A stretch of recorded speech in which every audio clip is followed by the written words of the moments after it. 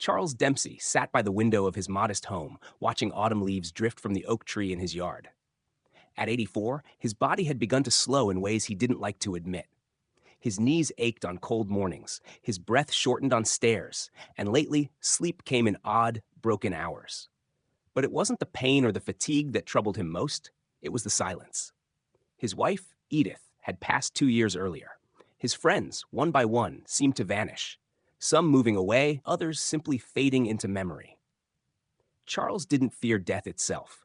What unsettled him was the way it seemed to sneak up on people, as if it had been whispering warnings for years, and no one had listened.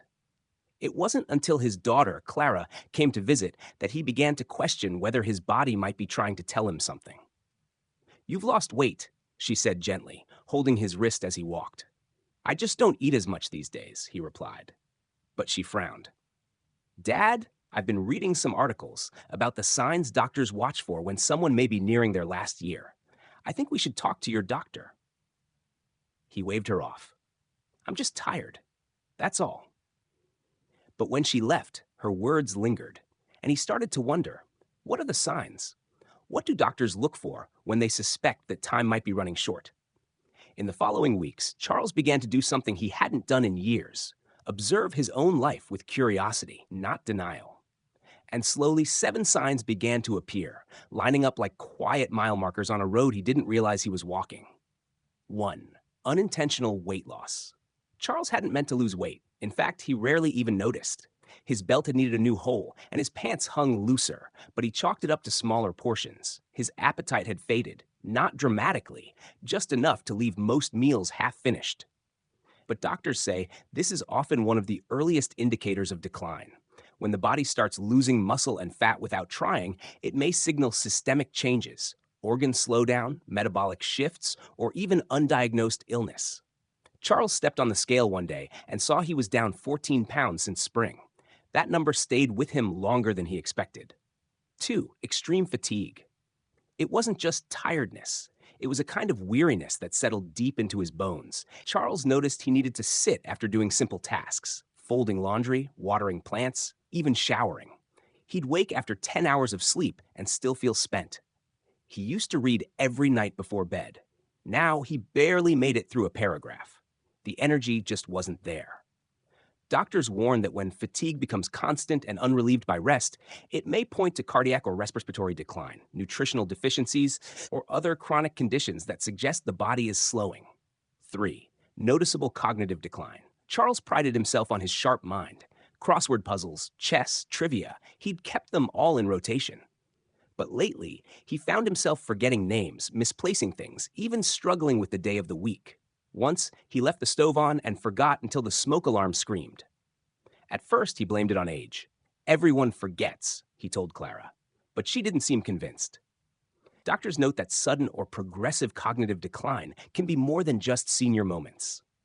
When memory issues impact daily life, they may point to advancing dementia or even be a symptom of other underlying health conditions that shorten life expectancy.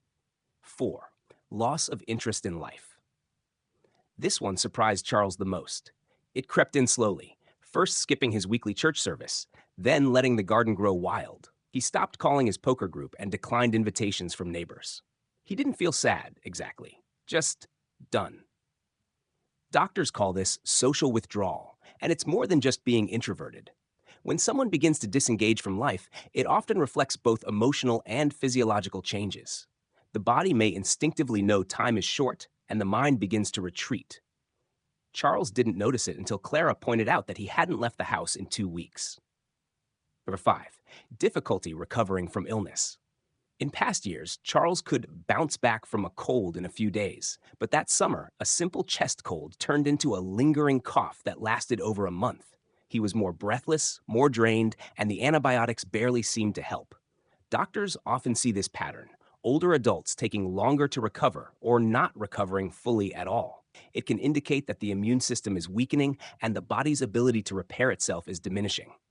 When Charles caught another bug just 2 months later, his doctor mentioned it gently. His recovery time was a concern. Number 6. Frequent falls or balance issues. Charles had fallen in the kitchen 2 weeks prior. No broken bones, just a bruised hip and ego. He hadn't told Clara. He didn't want to worry her.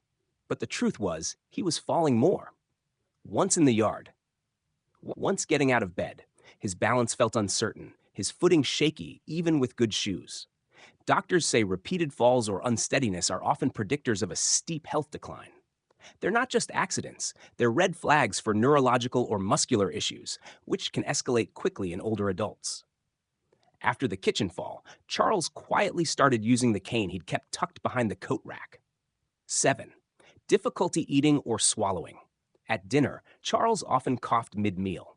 Water felt like it went down the wrong pipe. Solid foods didn't appeal. He sometimes pushed food around his plate just to avoid swallowing discomfort.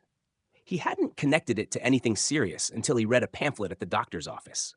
It said that trouble swallowing, called dysphagia, could be a late-stage sign of neurological decline or muscular weakening. In many elderly patients, it's a sign that the body is preparing to conserve energy, not just from appetite, but from effort. After that, Charles paid closer attention to every bite. By the end of autumn, Charles brought all of this up at his next appointment. His doctor, a kind young man with careful eyes, didn't sugarcoat it. "You've got a few signs, Charles," he said. "They don't guarantee anything, but taken together, they often point to the body entering its final chapter." Charles nodded. It wasn't a surprise, but it wasn't a sentence either. It was a signal. He decided not to spend the year in fear, but in intention. He called friends he hadn't spoken to in years, took afternoon naps with soft music playing, started writing letters to his grandchildren, one for each future birthday. He planted tulip bulbs in the yard in late October. "Just in case I'm still here come spring," he told Clara, smiling. And when the blooms pushed through the soil months later, Charles, thinner, slower, but still smiling, was there on the porch to see them. Because knowing the signs didn't take away the time he had left. It simply taught him how to make every day count.